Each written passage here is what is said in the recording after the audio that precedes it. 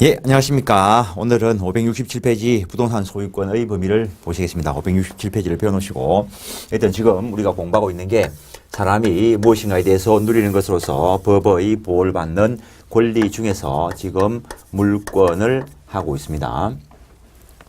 일단 이 물권의 종류와 내용은 법률 또는 관습법에 의하지 아니하고는 임의로 창설하지 못한다라고 하는 물권 법정주의가 지배하는데, 일단 민법상 규정되어 있는 것을 지금 보고 계신데, 목적 물건을 사실상 지배하기만 해도 법의 보호를 받는 것을 점유권이라 하고, 현재 점유 유무와 상관없이 점유를 정당화시키는 권원이 되는 것을 본권이다라고 하는데, 본권 중에서 물권인 본권으로서 완전 물권으로 전제되어 있는 소유권을 가지고 보신다라는 것. 일단 소유권이라는 것은 법률의 범위 내에서 목적 물건을 사용, 수익, 처분할 효력이 있는 것이다 라고 했었고, 소유권의 성질에 대해서 이야기했었고, 그 다음에 소유권의 범위와 관련된 부분을 보실 것인데, 토지 소유권은 정당한 이익이 있는 범위 내에서 토지의 상하에 미친다 라고 법이 규정을 하고 있습니다.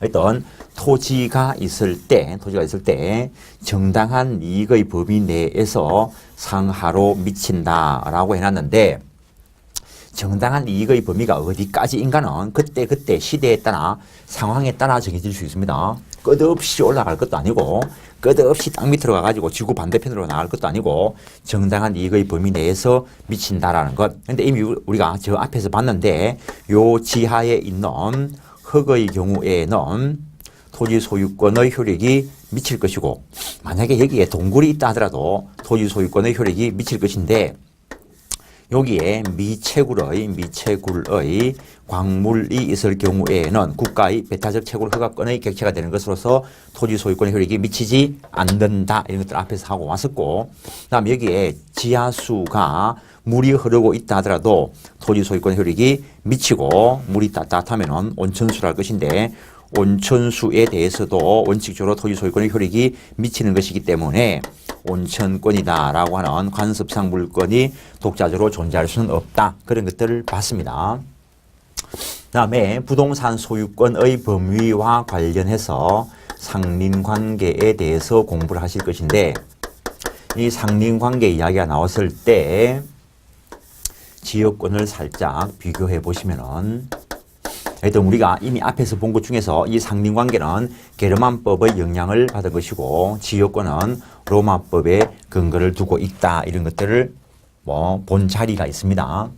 그 다음에 상린관계의 경우에는 부동산, 토지나 건물에 대해서 규정을 두고 있는데, 지역권의 경우에는 말 그대로 토지와 관련된 것이고, 다음 상린관계는 최소한의 보장을 목적으로 하는데, 지역권의 경우에는 최대한 이용 조절을 도모할 목적으로 한다는 것. 상린관계는 법률 규정에 의해서 당연 취득 또는 소멸되는 것으로서 상린관계 자체가 별도의 독립된 등기 대상은 안 된다는 것. 지역권은 원칙적으로 법률 행위에 의해서 취득하는 것이고, 법률 행위에 의해서 취득할 때는 부동산, 토지에 대한 물권이고, 그래서 등기함으로써 취득될 수 있다는 것. 물론 지역권도 법률 규정에 의해서 취득될 수는 있습니다. 두 개를 비교해 볼 때. 그래서 이 상린관계는 엄밀하게 이야기하면은 상린권이다라고 붙일 수 있는 것으로서, 즉 소유권의 권능으로서 사용, 수익, 처분의 권능이 있다라고 했는데, 소유권의 권능으로는 그것뿐이다라고 말하면 곤란하다 했습니다. 그거 외에 다른 것들도 있을 수 있는데, 211조에서 조문에서 요 정도 예시를 보이고 있는 것이고, 따라서 상린권도 하나의 권능이라 할 수 있을 것입니다. 독립된 권리라면 앞쪽 권리 종류에서 이야기를 했을 것이고, 따라서 상린권은 부동산 소유권, 부동산 이용권. 왜 부동산 이용권이라 하냐면은 부동산 소유권 쪽에 규정되어 있지만 다른 부동산 이용권인 지상권과 전세권 쪽에 준용 규정이 있고, 부동산 임대차 쪽에는 유추 적용된다라는 것. 그래서 부동산 이용권의 한 권능으로서 독립된 권리가 아니다라는 것. 근데 지역권은 독립된 권리다라는 것. 또 뭐 염려스러워서 말씀을 드리는데 이런 거 외우는 거 아닙니다. 상린관계가 어떻게 작용하는 줄 알고 지역권이 어떤 건 줄 알면 당연히 그럴 수밖에 없습니다. 항상 말씀드리지만은 암기해서 머릿속에 늘 하지 마십시오. 이해를 해서 머릿속에 남기고 이해가 공부가 좀 덜 돼가지고 이해가 안 되면 넘어가고 다음에 볼 때 좀 더 이해가 넓어지고 이런 식으로 공부를 해야 됩니다. 민법 공부는 그렇게 해야 시간이 더뎌 걸리는 것 같지만 오히려 암기하는 것보다 훨씬 짧게 습득할 수 있고 시험을 완벽하게 합격할 수 있습니다. 그 다음에 지역권은 독립된 물권으로서 계속되고 표현된 지역권의 경우에는 시효 취득 대상도 된다는 것. 상린권 자체는 시효 취득하고 관계가 없습니다. 직접적으로. 토지 소유권을 시효 취득하면은 상린 권능은 따라오는 것이라고.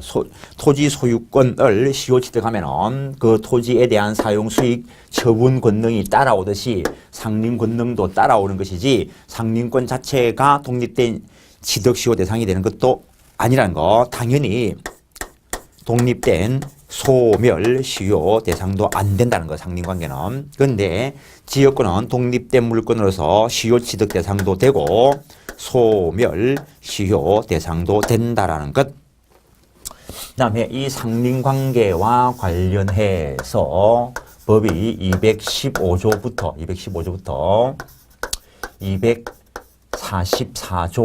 244조까지 규정이 되어 있는데 반드시 문제 한 개가 나옵니다. 이 조문에서.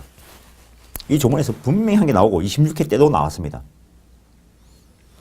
조문 외울 자신 있습니까? 내가 분명히 한 개 나온다 했어. 안 나오면 성을 가라. 공부하는 방법 때문에 그럽니다. 40문제 중에서 한 개가 분명히 나올 건데 그 한 개를 맞추기 위해서 이 문장 30개에 항이 3개씩 붙어 있으면 문장이 90개인데 90개 문장을 외워서 문제를 한 개 맞춘다? 그러니 틀리는 게. 그걸 외워가지고 맞추니 차라리 틀린 게 낫습니다. 분명히 말씀드리지만은 민법이 어느 정도 이해가 되고 중개사 민법 문제를 풀면은 너무나 당연한 것들이 답으로 딱 떠오릅니다. 외우가 하니까 답을 모르고 이거 찍어보고 저거 찍어보고 난리치는 것이지 기본적인 이해가 되면은 답을 쉽게 고를 수 있습니다. 이해 과목이 그렇습니다. 일단 외울 거 아니고. 그 다음에 이와 관련해서 생각해 보시는 것이 사실인 관습이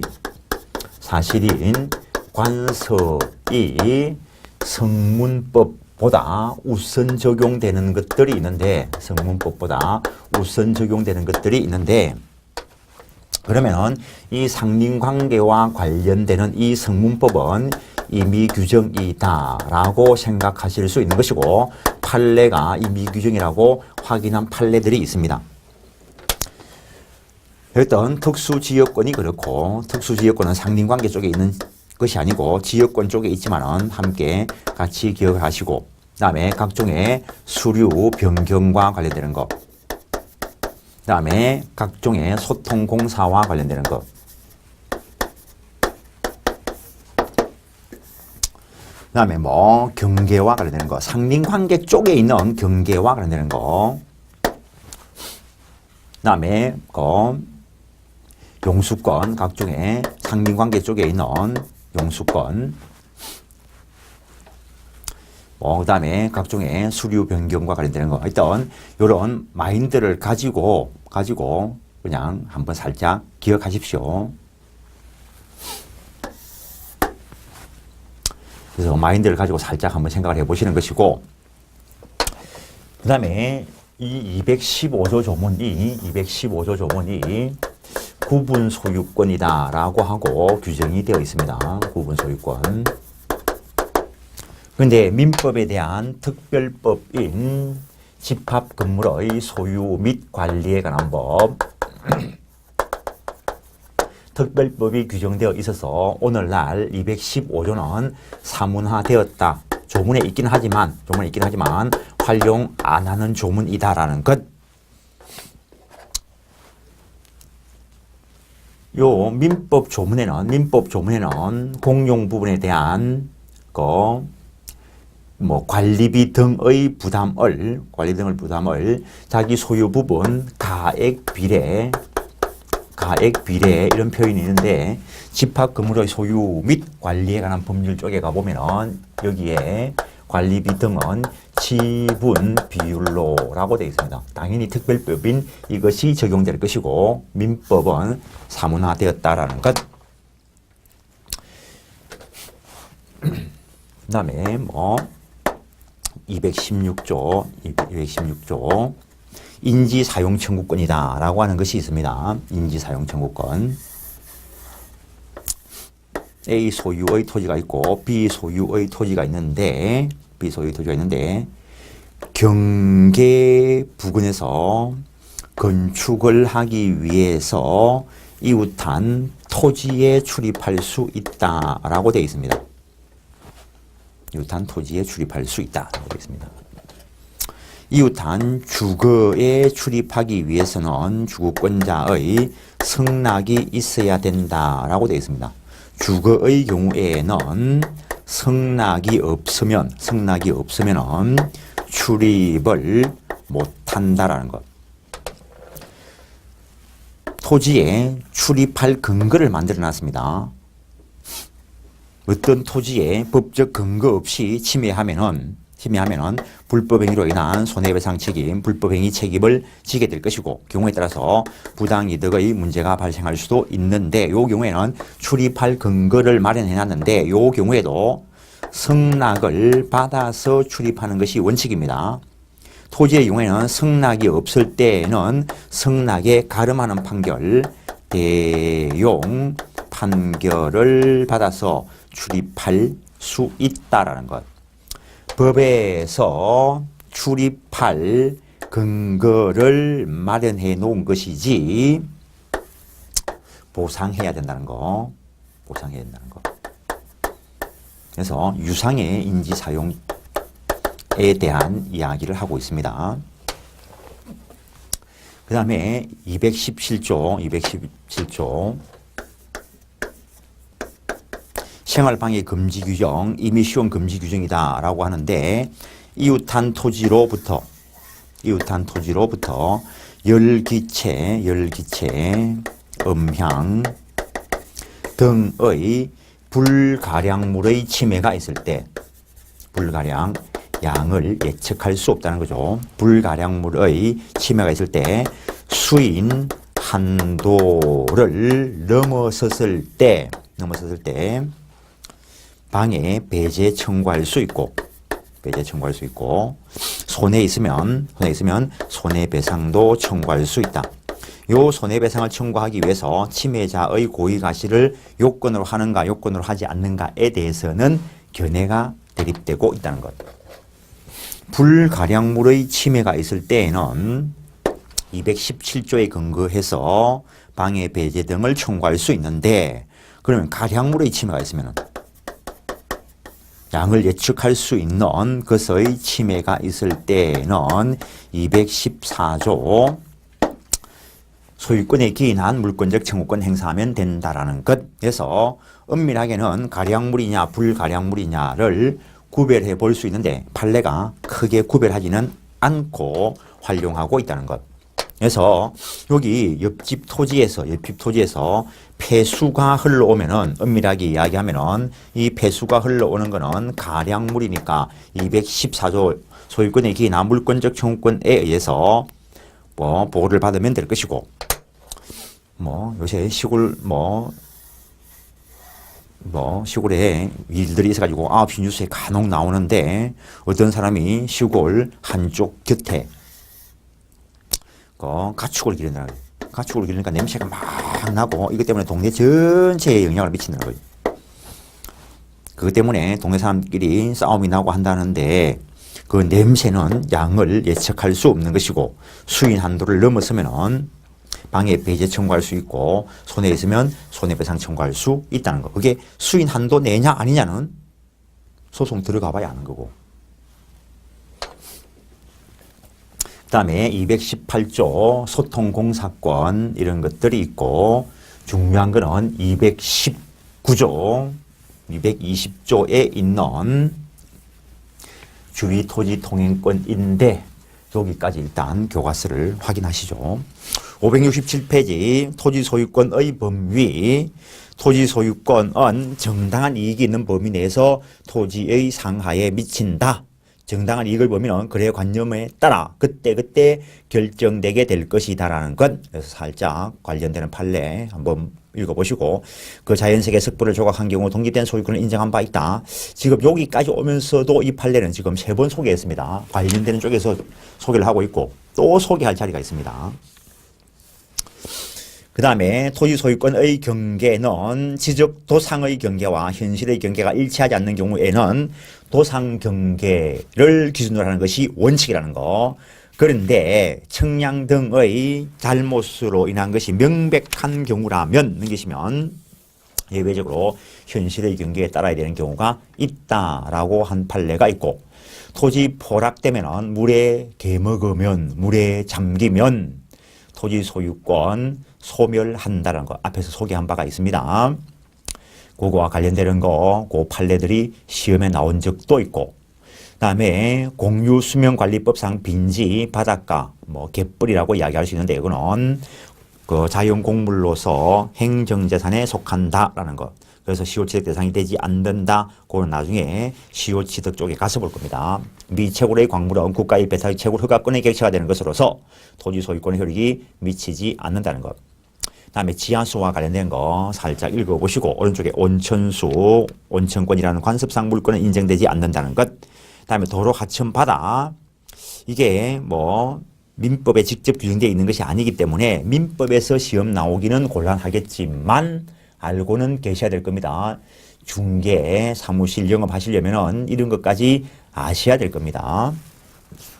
중개 사무실 딱 처음 열면은 그 지적 공부에 지목이 도로인 땅을 팔러 오는 사람을 만날 수 있습니다. 물론 거래 대상이 될 수는 있습니다. 그 공용 제한 때문에 아무 쓸모없는 땅이 될 수도 있고 그 공용 제한이 풀리면은 떼돈을 벌 수 있고 근래에 떼돈 버는 사람 나 미치겠어.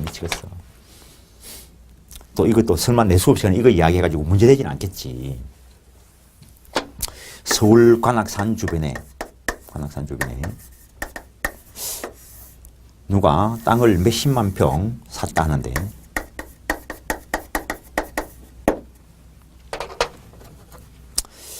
옛날에 공용 수용된 것 중에서 국가가 개발하지 않고 그냥 그대로 방치해 두는 것은 위헌이다라는 판결을 내렸습니다. 그래가지고 10년 내에 개발 계획 해라 이런 했는데 만약에 개발 계획을 안 하면은 예를 들어 가지고 여기에 공장 등을 건축하기 위해서 공장은 아니겠지만은 공용 수용을 하든지 아니면은 그대로 자연 녹지로서 하기 위해서 수용을 해놓고 어떤 그런 개발 계획하지 않고 그냥 방치해 두는 것은 위헌이다라고 했고 위헌 판결을 받고 난 뒤에 10년 내에 개발 계획을 세우라. 만약에 개발 계획을 안 세우면 원래의 지목대로 활용할 수 있도록 허용한다. 이런 내용이 있다는 겁니다. 그래서 이걸 위헌 판결을 받을 때 누군가가 정확하게 평수는 모르겠습니다. 10만 평을 예컨대 그 관악산 주변이라 했습니다. 10만 평 한 30억 주고 샀다 하죠. 그런데 원래 지목이 지목가 내가 이 대지였다는 거예요. 대지. 그래가지고 개발 계획을 안 세우면은 30억 정도의 가치가 있는 것이 300억이 될지 3천억이 될지 알 수가 없습니다. 이거. 설마 내가 수업시간에 이거 이야기했다고 이게 문제되진 않겠지. 내는 공부한다고 뭐 그냥 이 내용을 알고 있었지만 공부나 하지 뭐 이랬는데 이걸 써먹었다는 거지. 한 30억 투자해가지고 300억, 3천억 그 뒤에 숨은 이야기들이 있겠죠. 숨은 이야기들. 그래서 기본적으로 인생에서 이런 거 한 번만 잘 만나면 자자손손 편안하게 살 수 있는데 공부를 해가지고 얕게 공부해가지고 많이 써먹는 사람이 있고 공부를 많이 해도 공부하는 게 좋아가지고 공부하는 사람도 있고 그렇다는 거죠. 뭐 인생이 즐기는 게 다 똑같으면은 재미가 없지. 사람마다 각자 다르기 때문에 각자 다르게 생겼기 때문에 성향도 다르기 때문에 그래서 이 사회가 살만한 거지. 근데 요즘은 큰일이라는 거지. 학교마다 전부 다 풀빵을 만들고 있어. 풀빵을 만들고 있어. 569페이지 있는 그런 내용들은 여러분들이 영업하는데 꼭 필요한 것들이라고요. 넘기시고 570페이지 상린관계 이웃하고 있는 부동산 소유자 및 이용권자의 상호 이용 조절을 도모하기 위해서 규정을 두고 있다라는 것. 임의규정이라고 보는 것이 일반적이고 판례가 임의규정이라고 확인한 바가 있다라는 것. 그 정도 하시고 상린관계 표를 그려놨는데 역시 공부하시고 마인드 정리하시라는 거. 상린관계 적용 범위 소유권 쪽에 규정이 있지만 이용 조절을 도모하는 지상권 전세권의 준용 규정이 있고 부동산 임대차에는 명문의 규정이 없지만 유추 적용해야 된다라고 하는 것이 일반적인 입장이라는 것.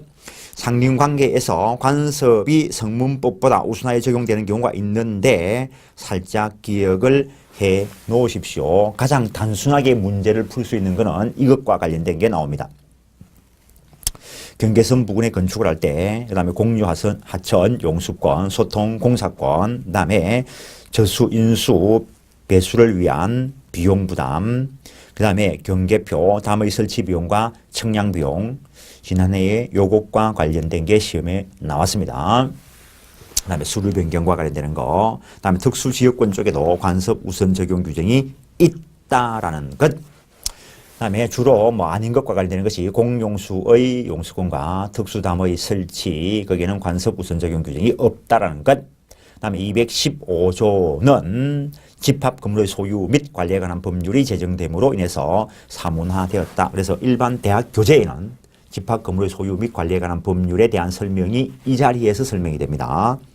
근데 공인중개사 교재는 전부 다 민법 및 민사특별법에 나서니까 특별법을 다 뒤로 뽑아놨는데 이 책도 이거는 뒤로 뽑아놨습니다. 뒤로 안 뽑아놓고 여기 나누면 사람들이 이 책에는 이거 빠졌다 할까 싶어서 뒤로 써놨습니다. 물론 주임법, 상임법은 민법 임대차 쪽에 연이어서 서술대해서 공부를 같이 하게 만들어놨고 다음 인지사용청권, 토지 소유자는 경계나 그 근방에서 담 또는 건물을 축조하거나 수선하기 위하여 필요한 범위 내에서 이 토지의 사용을 청구할 수 있다. 그러나 이웃 사람의 승낙이 없으면 주거에는 못 들어간다. 그래서 주거는 반드시 승낙이 있어야 출입이 가능합니다. 그걸 반대로 읽으면 토지의 경우에도 승낙을 얻어서 출입하는 것이 원칙이지만 승낙이 없을 때는 그때는 승낙에 가름하는 판결을 받아서 출입할 수 있는데 그런 의사표시에 가름하는 판결을 대용 판결이라 합니다. 손해가 있으면 손해배상 청구할 수 있다라고 해놓고 다음 생활방해금지 이웃한 토지로부터 열기체, 매연, 음양, 진동, 기타 이와 유사한 불가량물의 침해가 있을 때 그때 수인 한도를 넘어서지 않으면 인용해야 되고 수인 한도를 넘어서면 방해 배제 청구할 수 있다는 것 넘기시면 그때 방해자의 고의가 실은 요건이 아니다 했습니다. 그 다음에 요건 밑에 판례에 이런 것들 해놨는데 읽어보시고 옛날에 시험이 이런 게 나왔습니다. 지금 이 상린관계 규정 민법의 규정이 있습니다. 그러면 이 상린관계 규정은 공용물, 공용 부동산 때문이라면 상린관계 규정 적용되지 않는가가 문제가 된 적이 있는데 적용된다는 거. 요거는 간단하게 확인할 수 있는 게 고속도로 가다 보면은 옆에 방음벽을 설치하는 거 보셨을 겁니다. 고속도로 공용 부동산이고 그에 의해서도 인간 사람들이 소음 등의 피해를 볼 수 있기 때문에 방음벽을 설치해 놨습니다. 만약에 방음벽을 설치하지 않아가지고 옆에 뭐 농장의 뭐 가축이 놀라서 죽었다 이러면은 그것과 관련되는 손해배상도 청구할 수 있을 것이다라는 것. 그래서 요즘은 그 중개사분들한테 질문 받은 것 중에 그런 것도 있습니다. 뭐 토지를 매입을 하려고 하는데 옆에 공장이 있어가지고 뭐 그 소음이 심한데 내가 이 토지를 누군가에게 중개를 하는데 이거 어떻게 하면 좋겠냐? 그러면 중개사 입장에서는 이런 것들을 다 설명을 하고 뭐 소음 측정하는 기계가 있으면 지금 소음이 얼만데 요거 인식시키고 이런 식으로 해야 나중에 문제가 없습니다. 뭐 전혀 걱정하지 마라. 내가 밤에 나가보니까 조용하더라. 그래가지고 뭐 속여서 팔았다면은 사기죄가 문제가 될 것이고 형법상, 민법상으로는 사기 취소가 될 수도 있습니다. 물론 상대방이 했으면은 속였으면은 상대방에 대해서 사기죄 책임을 묻고 사기 취소를 하면 되겠지만 토지 소유자는 모르고 중개사가 그냥 중개 수수료 매품 챙기려고 작당하지 않고 혼자서 작전을 짜가지고 조용하더라 어떻더라 뭐 이래가지고 팔았을 때는 자기만 형법상 사기죄 책임을 지고 이 사람이 손해 입은 것이 있으면 불법 행위로 인한 손해배상 책임을 져야 될 겁니다. 만약에 공모를 했으면 둘 다 책임지는 거고 피해 갈 건 알고 피해 가라는 겁니다. 인접성은 요건이 아니라는 거, 이웃한 토지, 그게 바로 딱 붙어 있는 토지일 필요는 없다는 거. 그래서 아까 그림을 그릴 때 동네 농장이 저 한쪽 곁에 있다 하더라도 그것 때문에 냄새 때문에 그 동네가 살기 곤란하게 된 그런 경우도 이 217조 규정이 적용될 수 있다라는 것. 다음 물권적 청구권 행사할 수 있고 손해배상 청구권 행사할 수 있는데 이때는 고의가실이 요건인가 문제가 있다라는 것. 다음 1조건의 문제 한번 읽어보시고 언젠가는 이게 시험에 나올 건데 참 특이한 판례가 있어가지고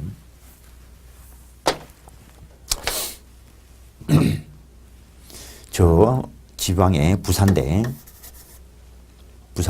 인근이 가보면은 옛날에는 가보니까 뭐 건물 높이가 얼마인데 지금 가보니까 엄청 높아져 있더라고. 엄청. 근데 그 공사할 때 여기에 부산대에 고시원이 있었다는 이야기가 있는데 이 건물이 이만큼 올라간다는 말이 있으니까 얘들이 이 상린관계 1조권 등을 가지고 그 법상 문제를 삼아가지고 원래 건물 그만큼 높아질 걸 반토막 냈다는 설이 있습니다. 실제로 그러는 거 아닌가는 모르겠고. 근데 이런 판례는 있습니다. 어느 초등학교가 있는데 인근에 아파트 공사를 한다는 거예요.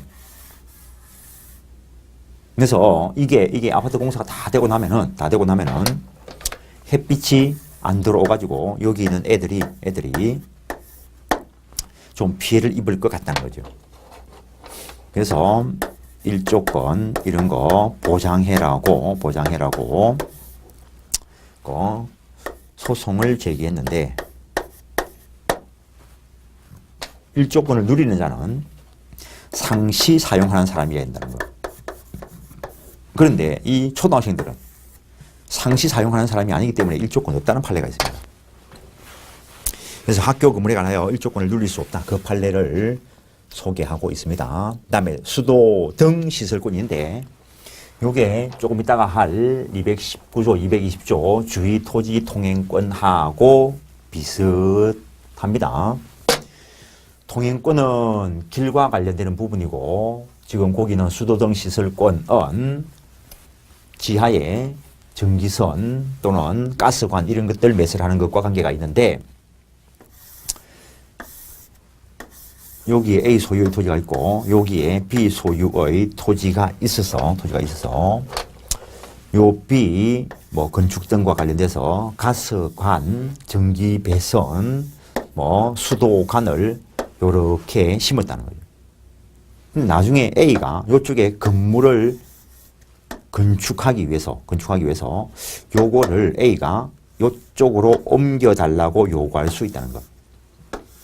요때 A가 옮겨달라고 요구했을 때 요걸 옮기는데 들이는 비용을 누가 부담해야 될까? B가 부담한다는 거.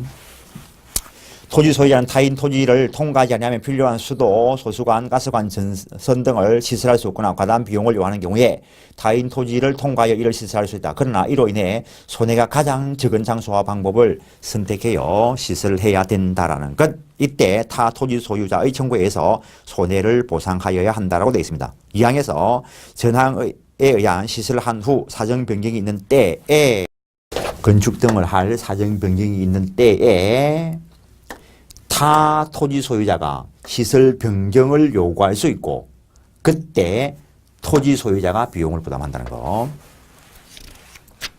넘기시고 주의 토지 통행권.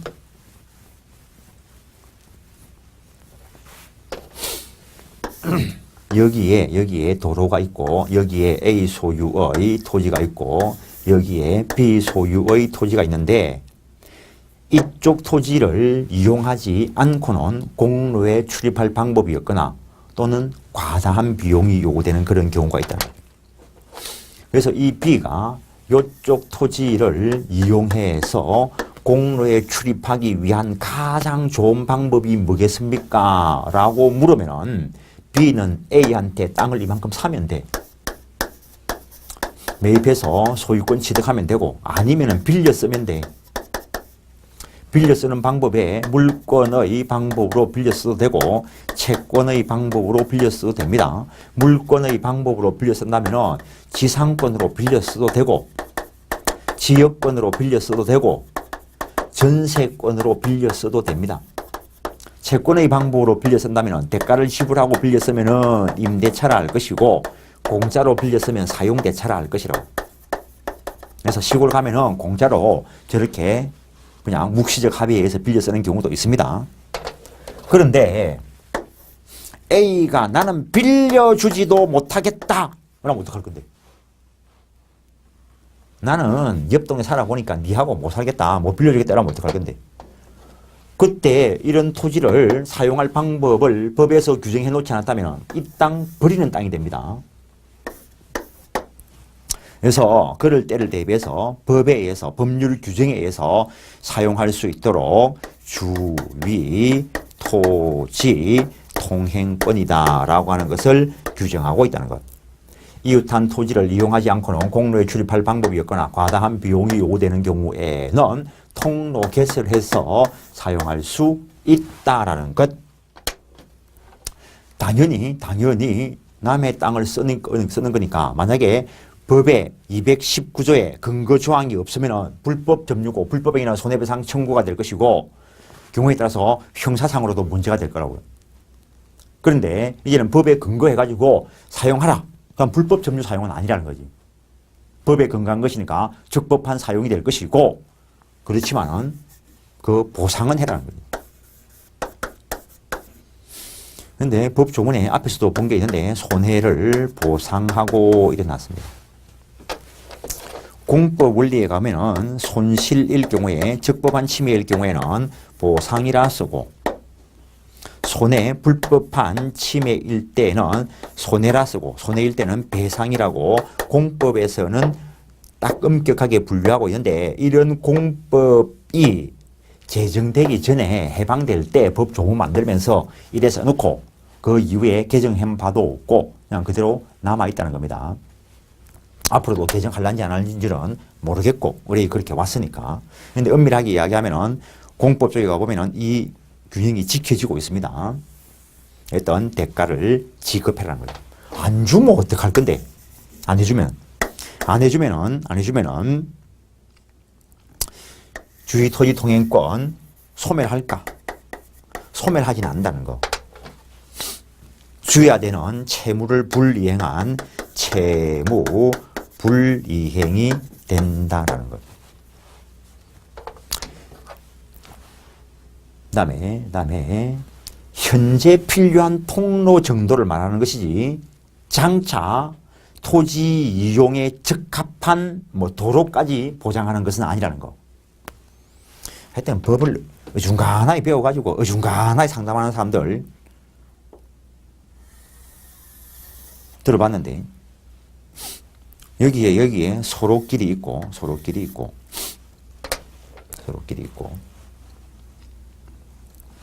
여기에 누가 토지를 팔려고 내놨는데 상당히 넓은 땅인데 이 사람 땅을 팔려고 내놓고 어떤 사람은 뭐 물류창고를 설치하려고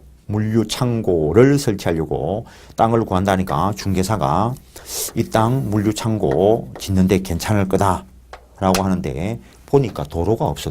그냥 소로길만 있는 거지. 그러니까 중개사가 그 걱정하지 마라. 민법 공부해 보니까 주의토지통행권이라는 것이 있는데 쌍미리가 길 닦아도 된다. 언제 그렇게 이야기했어? 언제? 지금 현재 토지 용도에 적합한 통로 사용하는 것이지 물류창고 만드는데 대규모 트럭을 마음대로 들어갈 만큼 땅을 넓힐 권리는 없습니다. 이거 이렇게 상담해가지고 그 땅을 사서 도로를 못 만들게 되었다면 당연히 법적인 책임을 져야 됩니다. 중개사가 몰라서 그게 통할까요? 과실은 있었겠지.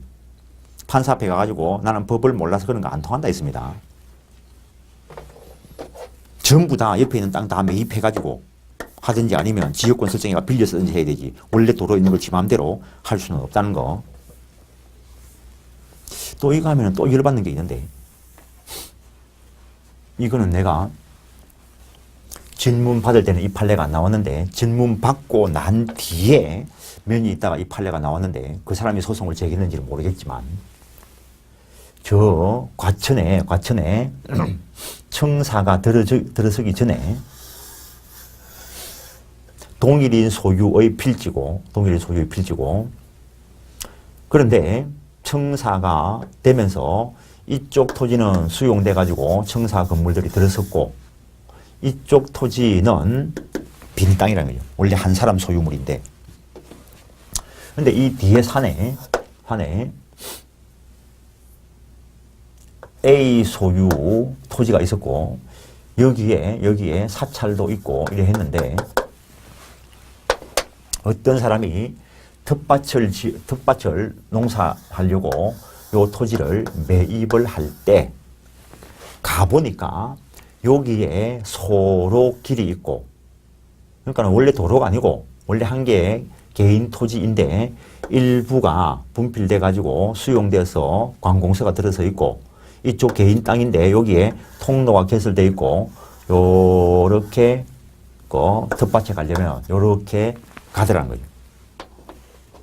물론 이 텃밭 산에 있으니까 저쪽 안양시를 둘러가지고 가는 방법이 있긴 할 거고. 근데 가니까 여기에 벌통을 놔놨다라는 거지. 벌통을.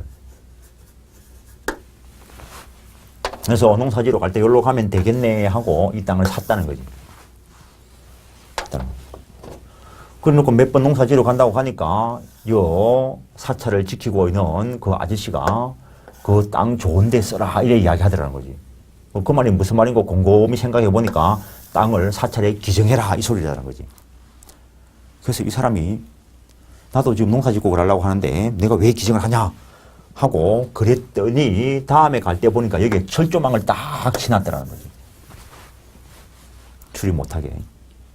이거 어떻게 해야 됩니까? 이렇게 물어보더라고. 철조망 치우라 철거 청구할 수 있다는 거. 그래서 주지토지통행권은 일종의 물권적 청구권으로 작용한다라는 거. 그다음에 이게 원래 한 개의 필지였는데 공유물 분할이나 또는 일부 양도에 의해서 공로에 출입하지 못하게 되었다면 그때는 무상의 주의토지통행권을 인정한다는 것.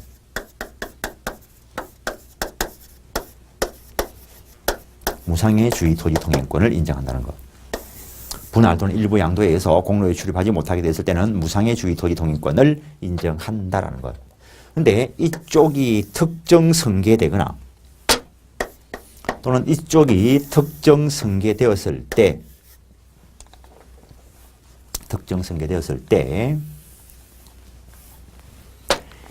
그때 원칙으로 돌아가서 유상의 주의 토지 통행권이 된다는 것. 그러나 이쪽 토지가 특정 승계되었을 때 무상의 주의 토지 통행권이 존재한다는 사정을 알았더라면 무상이 유지될 수도 있다. 판례가 그렇게 이야기하고 있습니다. 574페이지 219조, 220조 읽어보시고 주의 토지 통행권 어느 토지와 공로 사이에 그 토지 용도에 필요한 통로가 없는 경우에 그 토지 소유자는 공로에 출입하기 위하여 이 토지를 통행할 수 있다라고 하는데 그 갈로 안에 써놓은 게 요 땅이 주의 토지 통행권이 필요한 땅이다. 그래서 이걸 위요지라 하고 그 위요지를 둘러싸고 있는 요 땅을 포위지라 한다는 거. 옛날에는 그런 용어를 많이 쓰는데 요즘은 거의 안 쓰는 용어인 것 같고 대부분 교수님들이 요새는 잘 안 쓴다는 거죠. 주의 토지 통행권의 법적 성질. 주의 토지 통행권은 일종의 물권적 청구권이다. 따라서 통행권이 제대로 기능을 발휘하기 위하여 필요한 경우에는 통행권자는 당초에 적법하게 설치된 담장의 철거도 청구할 수 있다는 거. 그래서 물권적 청구권으로 작용한다라고 이야기했습니다.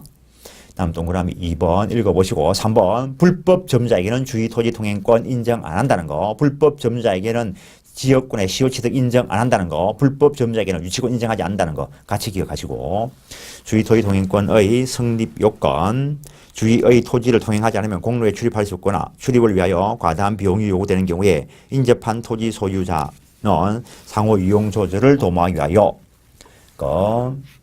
소유자뿐만 아니라 지상권자 전세권 준용한다 했고 그때 인정되는 것인데 명의 신탁자에게는 인정되지 않는다라고 해놨습니다. 어떤 명의 신탁을 해버리면 대외적 소유자가 이 사람으로 다루어질 것이라는 거. 수탁자가 대외적 소유자로 다루어진다라는 것. 그 다음에 과다한 비용이 요구되는 경우에 기존 통로가 존재하지만 토지 통로 용도에 필요한 통로로서의 기능을 하지 못하는 경우에도 포함된다는 것. 그러나 소유 토지의 용도에 필요한 통로가 경우에 기능하지 못하는 경우에 편리하다는 이유만으로 인정할 수 없다라는 것.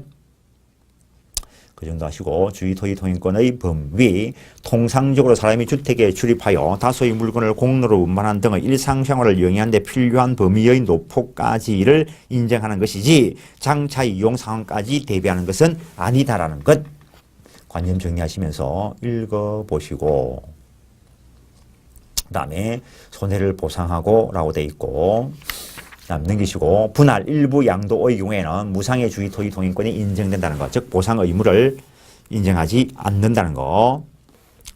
그 정도 하시고 특정 승계가 될 때 2번 무상의 통행권 발생은 직접 분할자 상호간의 일부 양도 당사 사이에 인정되고 특정 승계가 될 때는 부정한다라는 것. 그런데 최근 판례는 포위지의 매수인은 포위지의 위치, 무건, 토지 현황 점검을 해보는 것이 경험치상 당연히 예상되는 바이고 따라서 위 통행료에 대한 사용 수익의 제한이라는 부담이 있음을 감안하여 매매 대금을 정했다면 즉 알고 매매 대금 등을 정한 사정이 있다면은 무상이 그대로 유지될 수 있다라는 것. 그 다음에 변경되면 새로운 관계니까 종전의 판결, 기판력에 저촉되지 않는다는 것. 그 다음에 공로가 생기면 주의 토지 통행권 소멸한다라는 것. 그 다음에 물권의 청구권으로 작용한다는 것을 다시 한번 확인해 놓았고 물에 관한 상린관계 한번 읽어는 보십시오. 한번 읽어는 보십시오. 이 말이 무슨 말일까? 안 나올 가능성이 많은데 나올지도 모르니까 한번 읽어는 보시라는 거고 579페이지 237조 자주 나오는 지문입니다. 인접하여 토지를 소유하는 자는 공동비용으로 통상의 경계표나 담을 설치할 수 있다. 이 비용은 쌍방이 절반하여 부담한다. 그러나 청량비용은 면적비례 부담, 관습이 있으면 관습에 따르고 그 다음에 수리목권, 제거권 그것도 자주 나오는 지문 중에 하나입니다.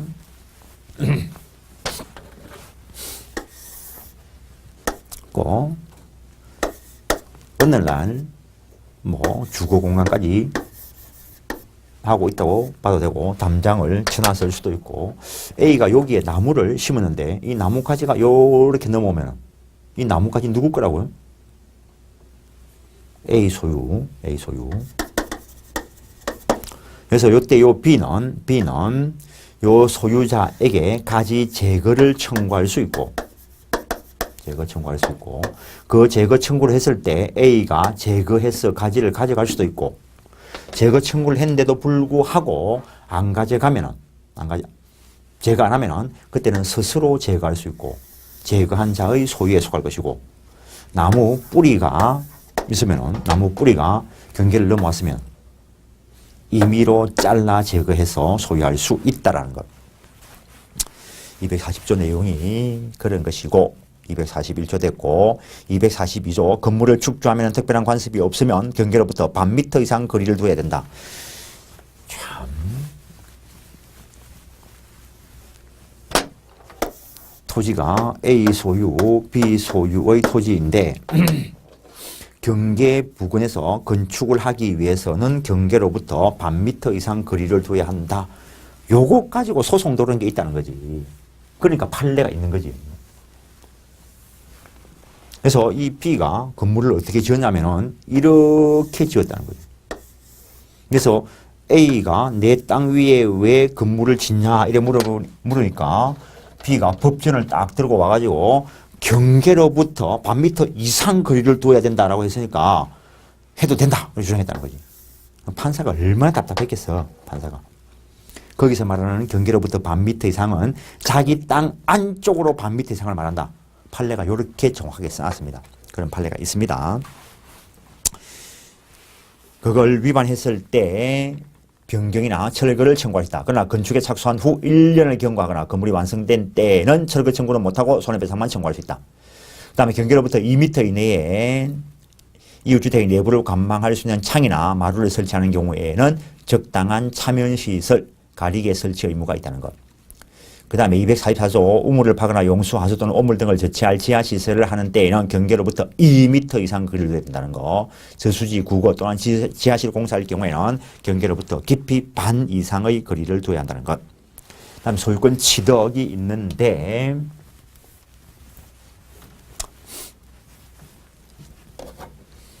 그러면 이러한 성질, 이러한 범위의 소유권 어떻게 취득할 것인가.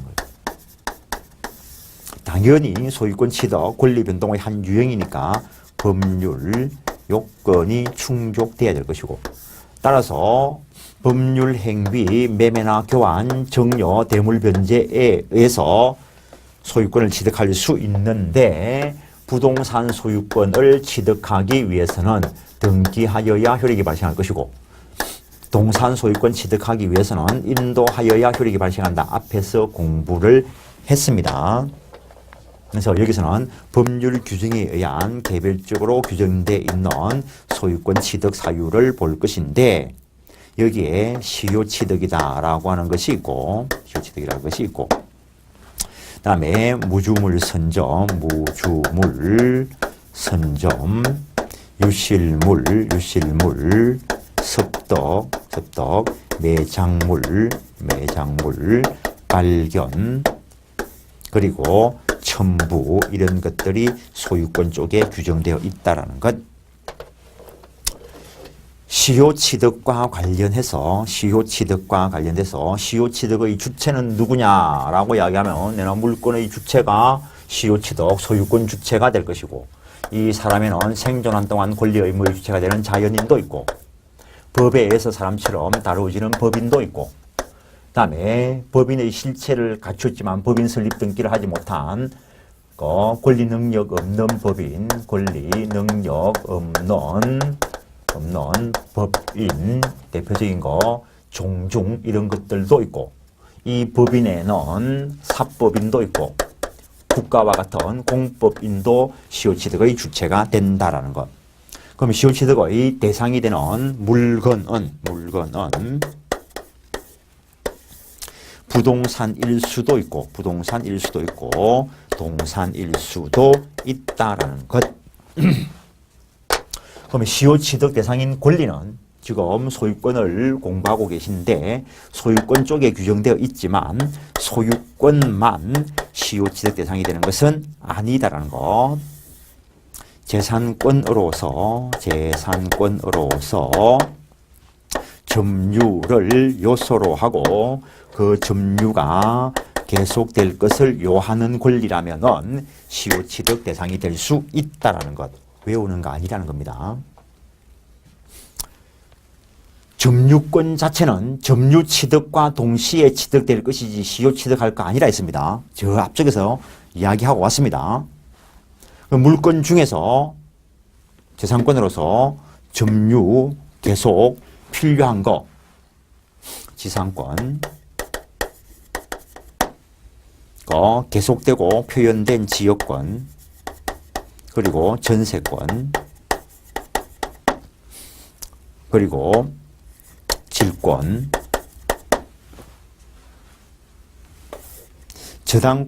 저당권은 점유를 요소로 하지 않기 때문에 시효취득 대상이 아니고 유치권은 법정 담보 물권으로서 법에 요구하고 있는 요건이 구비돼서 점유가 취득되면 즉시 취득될 것이기 때문에 시효취득하고 관계없다라는 것. 채권도 시효취득하고 관계없고 그다음에 특별법과 관련돼서 광업권, 업권 이런 것들이 시효취득 대상이 될 수 있다는 것. 뭐 저작권 이런 것도 시효취득 대상이 될 수 있습니다. 지적재산권, 지식재산권, 특허권, 뭐 실용시장권 이런 것들도 시효취득 대상이 될 수 있다라는 것.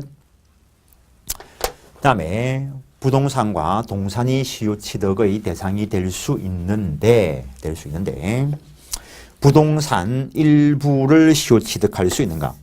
부동산 일부를 시효취득할 수 있는가? A 소유의 토지 이만큼 등기되어 있는데 요걸 분필해서 누군가가 등기를 했다면 분필 등기되는 그 순간 이 부분은 더 이상 이 토지의 일부가 아니고 독립된 한 개이고 따라서 이 부분에 시효취득의 법리가 적용되더라도 한 개 토지 전부에 대한 등기부 시효취득인 것이지 일부 토지에 대한 등기부 시효취득이 아니라는 것. 그래서 부동산 일부에 대한 등기부 시효취득은 법리상 불가능하다는 것. A 소유의 토지와 X 소유의 토지가 이렇게 경계가 붙어 있는데 이 부분을 B가 매매로 등기해서 넘겨봤는데 원래부터 경계가 이렇게 되어 있어가지고 X는 요거 자기 땅인 줄 알았고 B도 자기가 매입한 땅에 요게 포함되는 줄 알았다는 거지. 그럼 요 부분은 B는 등기는 안 했고 타인 소유 부동산 일부를 점유하고 있고 그래서 평온 공연하게 20년 점유하고 나중에 분필 등기하면은 그 순간 시효취득이 되게 될 것인데 소급적으로 요걸 두고 학자들이 판례가 부동산 일부에 대한 점유 시효취득은 가능하다라고 표현한다라는 것. 공유 지분 시효취득할 수 있는가? 일단 할 수 있다는 것. 부동산 일부에 대한 점유 시효취득을 위해서는 경계 등 객관적으로 인식할 수 있는 것이 있어야 되는데 공유 지분의 경우에는 지분은 결국에 관념상 존재합니다. 머릿속에. 그래서 그런 경계 등을 표시할 수 없다는 거. 공유 지분 시효취득 가능하고. 그러면 합유 지분을 시효취득할 수 있을까? 안 됩니다. 합유의 경우에는 인격적 결합도 내용으로 담고 있기 때문에 인격적인 부분은 시효취득할 성질의 것이 아니다라는 것. 그래서 나중에 공유 합의 쪽에 가서 인격적 결합과 관련된 설명을 하게 될 것이고 행정재산은 시효취득 못하지만 행정재산 외 특히 국유 잡종재산에 대해서 시효취득을 인정한 바가 있다는 것. 요게 좀 더 세부적으로 시험 나오는데 국유 잡종재산에 대해서 시효 완성 후 등기하기 전에 행정재산으로 바뀌어버리면 시효취득 주장하지 못한다. 여기까지 시험에 나왔습니다. 일단 행정재산일 때 시효취득 못한다는 것. 일단 시효취득과 관련돼서 법이 규정하고 있는 게 부동산과 동산 별개로 일단 규정을 두고 있다는 것. 부동산과 동산에 대해서 별도로 규정을 두고 있는데 부동산에 대해서 소유의사로 점유권 이야기할 때 소유의사 있는 점유를 자주점유다라고 이야기했습니다. 남의 땅에 깃대 갖다 꼽는다고 자주점유 안 됩니다. 남의 땅에 깃대 갖다 꽂아가 자주점유될 것 같으면 왜 공부해? 깃대는 꽂아 다니지. 일정한 점유권의 객관적 성질에 따라서 판단한다라고 이야기했습니다. 소유의사가 있고 그리고 평온하고 공연하게 20년간 계속 점유하고 등기함으로써 시효취득한다는 것. 먼저 등기가 이루어진 경우라면 소유의사로 그리고 평온하고 공연하게 이때는 점유 개시 시에 선이 무과실로 개시가 되어야 되고 10년 계속 점유함으로써 시효취득한다라는 것.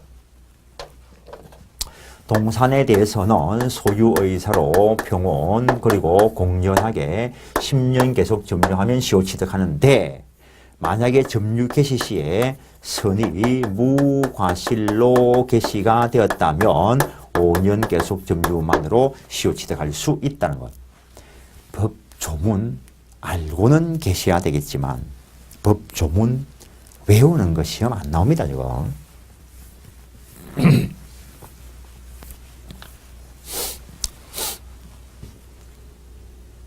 A 소유의 토지 있고 X 소유의 토지가 있는데 요걸 B가 매입을 해서 등기를 갖추었는데 원래부터 경계가 여기까지 있어가지고 요 부분에 대해서 B가 자기가 매입한 땅에 속하는 줄 알고 당연히 경미한 경계착오라야 소유의사 있는 자주점유가 될 것이고 그때 A도 그런 줄 알고 나눴으면 B는 평온하고 그리고 공개적으로 건물 등을 짓고 살아올 수도 있고 그래서 이 상태에서 20년이 지났으면 20년이 지났다고 해서 소유권 취득하는 것은 아닙니다. 등기를 해야 된다라고 이야기했습니다.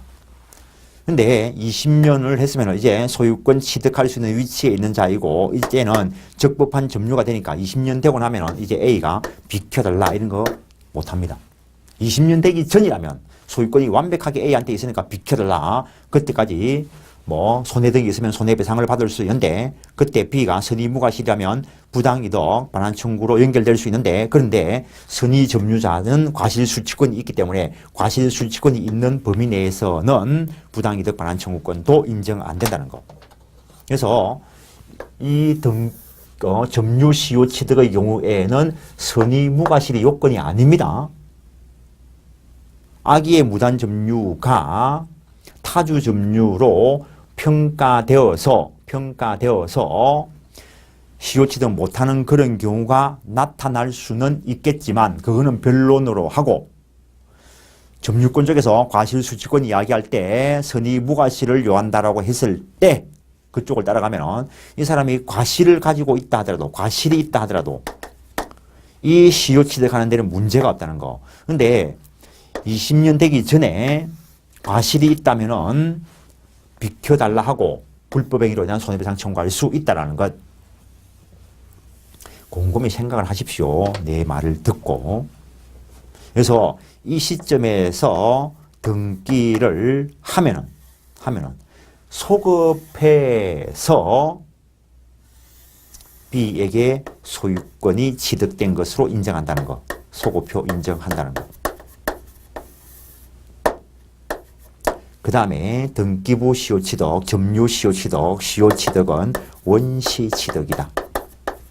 원시취득이라는 말은 이게 등기는 이전 등기합니다. 원시취득이지만 이중 등기를 방지하기 위해서 이중으로 등기가 돼버리면 후등기가 무효입니다. 그래서 이중 등기를 방지하기 위해서 이전 등기하고 공동 신청하게 할 것인데 원시취득이라는 말은 이 사이의 토지 소유자는 A입니다.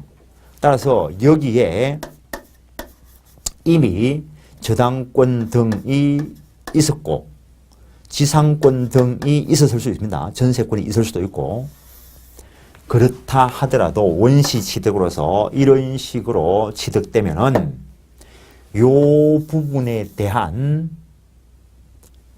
저당권, 지상권은 소멸된다는 거. 헷갈리지 마십시오.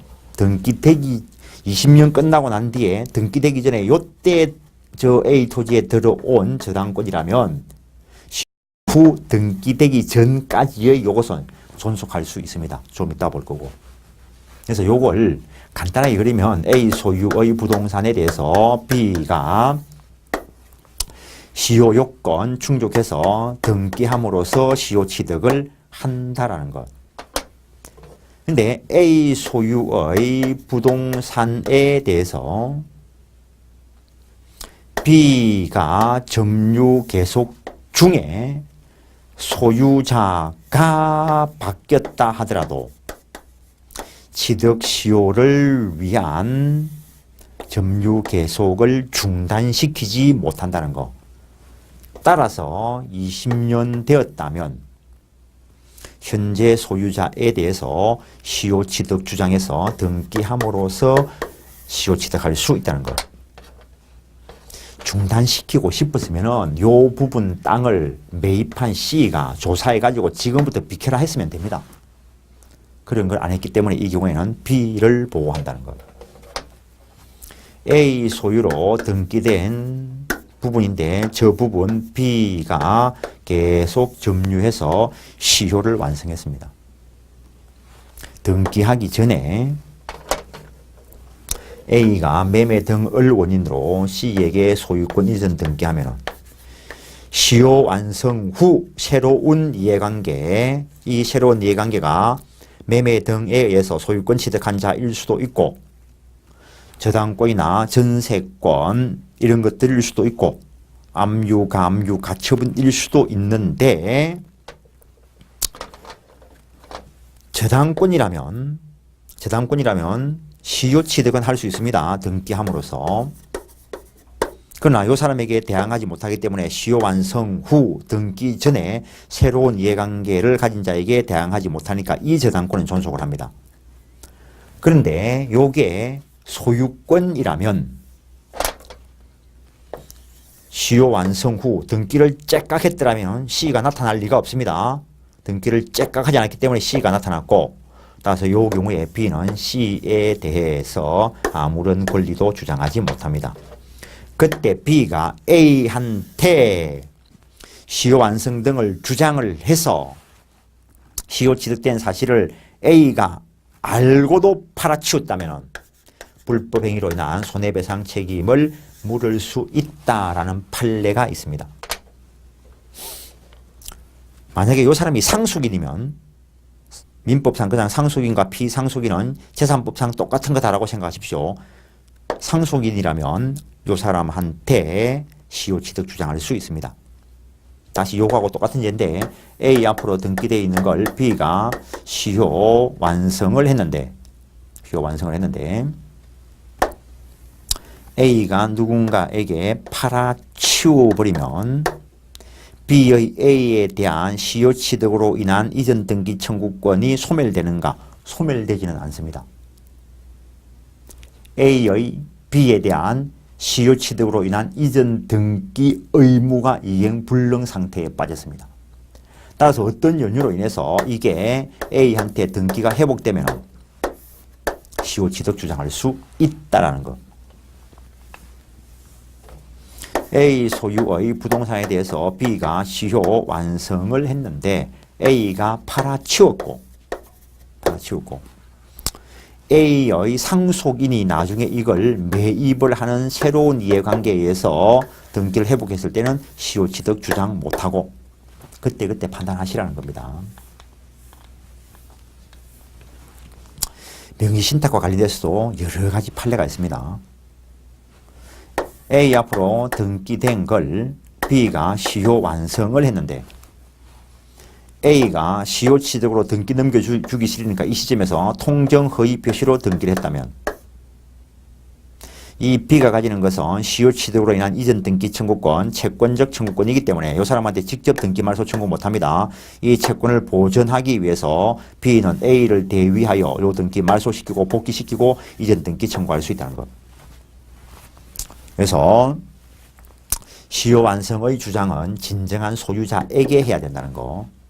이 사람에게 해가지고 등기 갖춰봐야 이 사람이 권리 행사해가지고 이거 말소시켜버리면 결국에는 말소될 거에 붙어있는 것이니까 보호받지 못하는 수가 발생합니다. 그래서 진정한 권리자를 대상으로 시효취득을 주장해야 된다는 것.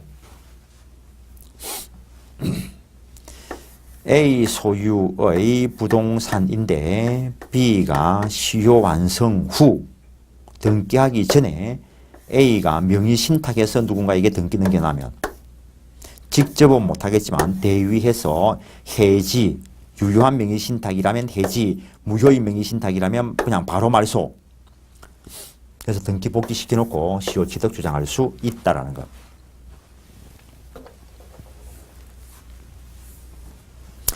판례가 많습니다. A 소유의 부동산인데 B가 시효 완성을 했고 그 전에 누군가에게 유효한 명의신탁을 해놨고 시효 끝나고 난 뒤에 시효 완성되고 난 뒤에 유효한 명의신탁을 A가 해지시키고 그 이후에 바로 다른 사람과 유효한 명의신탁을 하고 이렇게 등기를 넘겼다면은 이 경우에는 시효 완성 후 등기 명의자가 변경된 경우로서 유효한 명의신탁이 됐습니다. 그때는 시효취득 주장하지 못한다라는 것. 하여튼 여러 가지 판례가 있는데 교과서를 가지고 한번 확인해 보시고. 근데 이런 판례도 있습니다.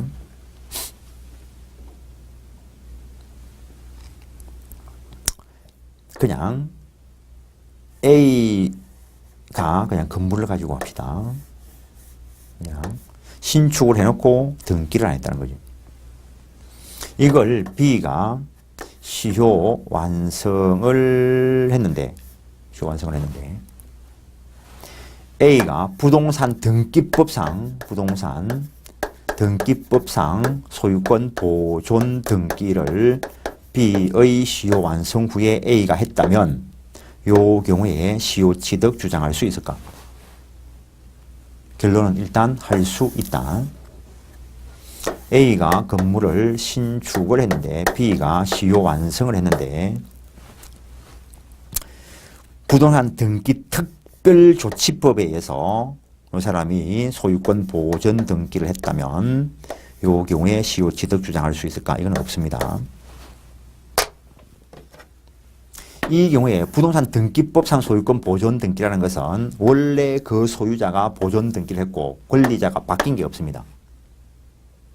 그래서 권리자 아닌 자, 원래 신축한 원시 취득자 아닌 자가 부동산 등기법상 소유권 보존 등기를 못하니까 특별법을 기다려서 보존 등기를 했고 그러면은 시효 완성 후 권리자가 바뀐 자이니까 이렇게 시효취득 주장 못한다는 거. 명의신탁과 관련된 거 정리를 하고 넘어가야 되겠네. 어차피 한 거고. A 소유의 부동산인데 요게 이미 누군가에게 명의신탁이 되어 있습니다. 그냥 유효한 명의신탁 생각하시고 이렇게 시효 완성을 하고 난 뒤에 이 명의수탁자가 진짜 매입을 했다면 이 명의수탁자에게 시효취득 주장할 수 있을까? 할 수 있습니다. 등기 명의가 바뀐 게 없습니다. A 앞으로 등기되고 이렇게 유효한 명의 신탁을 해놨는데 B가 시효 완성 후 명의 신탁을 해지하고 A가 등기를 회복하면 시효 취득 주장할 수 있을까? 없습니다. 시효 완성 후 등기 명의자가 바뀌었습니다.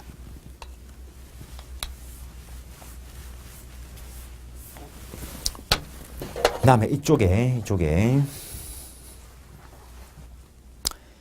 A 소유로 등기되어 있던 것을 B가 시효 완성하고 난 뒤에 C가 매입을 해서 소유권 등기를 하면은 이제 B는 더 이상 시효 취득 주장하지 못합니다. 그런데 이 C가 그 사실을 모르고 계속 방치하는 바람에 B가 새로운 시효 취득 요건을 구비하게 되었다면 현재 등기 명의자를 상대로 시효 취득 주장할 수 있다는 거. 이 사이에 등기 명의자가 바뀌었어도 상관없습니다. 그래서 어떤 상황이 크게 세 가지입니다. 사례가 나오면은 이 유형을 가지고 판단하시라는 거지. 요거까지 생각하시소. 다음 우리가 저 앞에 점유의 승계가 인정된다라고 이야기했는데 이 점유가 다른 사람에게 승계되고 또 승계되고 또 승계되어서 마지막 사람 이가 전체 합쳐가지고 20년 되면 시효 취득 주장할 수 있다는 거. 그때 이게 매매 등으로 점유가 승계됐을 때 이 사람이 악의 점유라면 그 사람 것만 빼고 전체 합쳐가지고 20년이면 시효 취득해서 등기함으로써 시효 취득할 수 있다는 것. 그래서 특정 승계인 경우에는 점유 분리가 가능하다 했습니다. 만약에 상속을 받아 넘어온 거라면 분리를 못한다는 거. 그 이후에 특정 승계가 일어났다면 그 타주 점유 빼고 요거 나머지가 자주 점유일 때 등기함으로써 시효 취득할 수 있다는 것. 그림을 딱 놔놓고 문제에 대입하십시오. 그래서 점유 시효 취득과 관련된 걸 봤는데 이쪽 그림을 치우고 상황을 보시죠.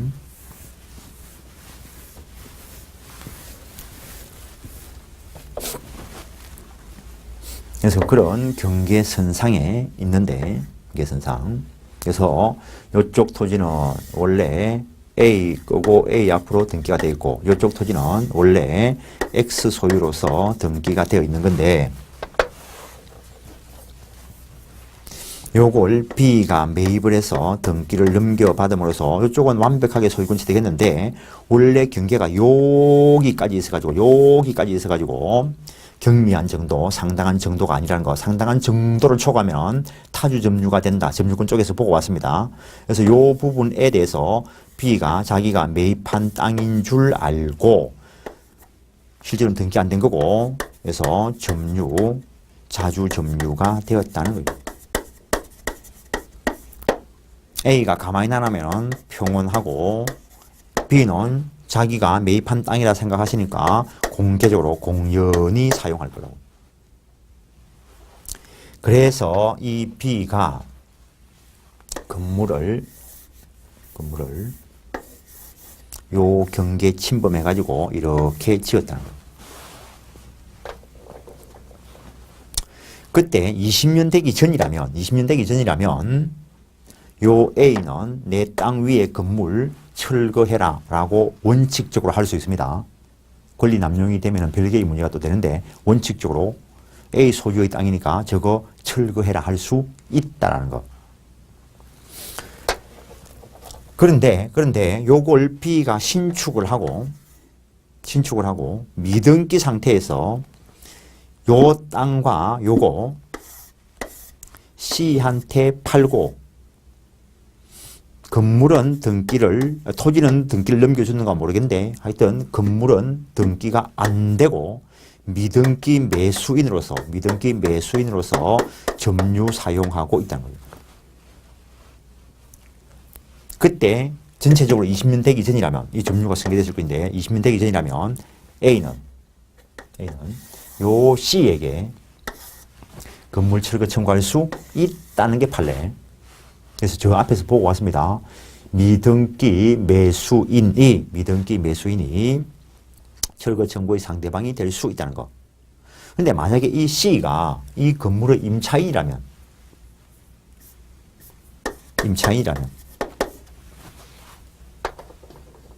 임차인은 건물을 철거할 권리가 없습니다. 그때는 A는 건물 소유자인 이 B한테 철거 청구할 수 있다라는 것. 그래서 이 사람은 직접 점유자, 이 사람은 간접 점유자, 간접 점유자도 물권의 청구권의 상대방이 될 수 있다는 것. 요때 요 C가 20년 살았다는 것은 결국에 B가 점유하는 것이 될 것이고, 그때 요 토지에 대한 시효 취득의 주체는 B가 될 거라는 거. 저 앞에서 보고 왔습니다. 직접 점유자가 점유 사용했을 때 요 간접 점유자가 시효 취득한다. 저 앞에서 보고 왔습니다. 그래서 20년이 되었을 때 등기하기 전이라도 이제는 적법한 권리 취득할 수 있는 위치에 있기 때문에 A는 더 이상 철거 청구, 손해배상 청구 못한다는 거. 20년 됐으면. 그래서 B가 알았더라면 저 시점에 등기를 했을 수도 있는데 B도 모르고 있을 수도 있습니다. 그때 A가 저 땅을 매매로 등기 전에 해버리면 B는 시효 취득 못합니다. 시효 완성 후 소유자가 바뀌었으니까.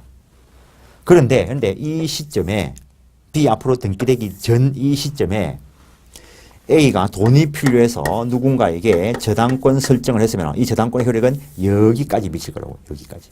경계선까지. 지상권을 설정했더라도 전세권을 설정했더라도 여기까지 미칠 거라고.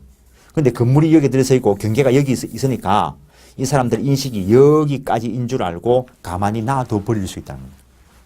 그래서 여기에 저당권자가 들어올 수도 있고, 그러니까 그 이전에 이미 저당권자가 있을 수도 있습니다. 그 이전에 이미 저당권자가 있을 수도 있고, 그 이전에 지상권자가 있을 수도 있고, 그 이후에 지상권자가 있을 수도 있습니다. 이 시점에 B가 시효 취득 등기를 했다는 거죠. 그러면 소급해서 B의 권리 취득을 인정하는 원시 취득으로서 이 사람은 소멸된다는 거예요. 이 사람은. 결국에는 분필해가지고 말소 등기해야 되겠지만, 근데 시효 완성 후 등기 전에 새로운 이해관계를 맺고 대항력 갖춘 이 사람에게는 시효 취득 주장 못한다는 거. 이 사람의 권리를 보호해 준다는 거죠. 왜냐하면 이때 등기를 했더라면 이런 피해를 보지 않았을 거기 때문에. 그런데 여기에 저당권이 설정되어 있을 때 돈을 안 갚아버리면 결국에 이것만큼 B의 소유권이 날아갈 수가 있다는 거. 왜? 저당권 실행으로 경매되어 버리면. 그래서 B가 경매당하기 싫으면 이 돈을 갚아버리고 변제하고 이 저당권 등기를 말소시켜 준다는 거예요. 그때 요 B는 이 변제한 돈 A한테 청구할 수 있을까? 청구 못한다는 거. 이건 자기 소유권 날아가는 걸 막기 위해서 B 자기를 위해서 한 것이기 때문에 A한테 구상권 없다. 이것까지 시험 나왔습니다. 일단은 그 정도 하시고, 시간이 너무 길어져가지고 이 시효 취득이 사실은 장난이 아닌데 잠깐 쉬었다가 교과서 확인하면서 몇 가지를 더 보겠습니다. 잠깐 쉬겠습니다.